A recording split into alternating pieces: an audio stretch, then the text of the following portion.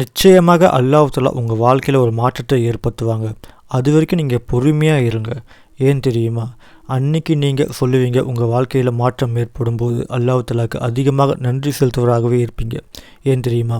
நீங்கள் சந்தித்த சோதனையையும் குழப்பத்தையும் பிரச்சனையையும் தாங்கக்கூடிய சக்தியை அல்லாஹ் தஆலா இப்போவே இதன் மூலியமாகவே அல்லாஹ் தஆலா உங்களுக்கு கொடுத்துட்டான்.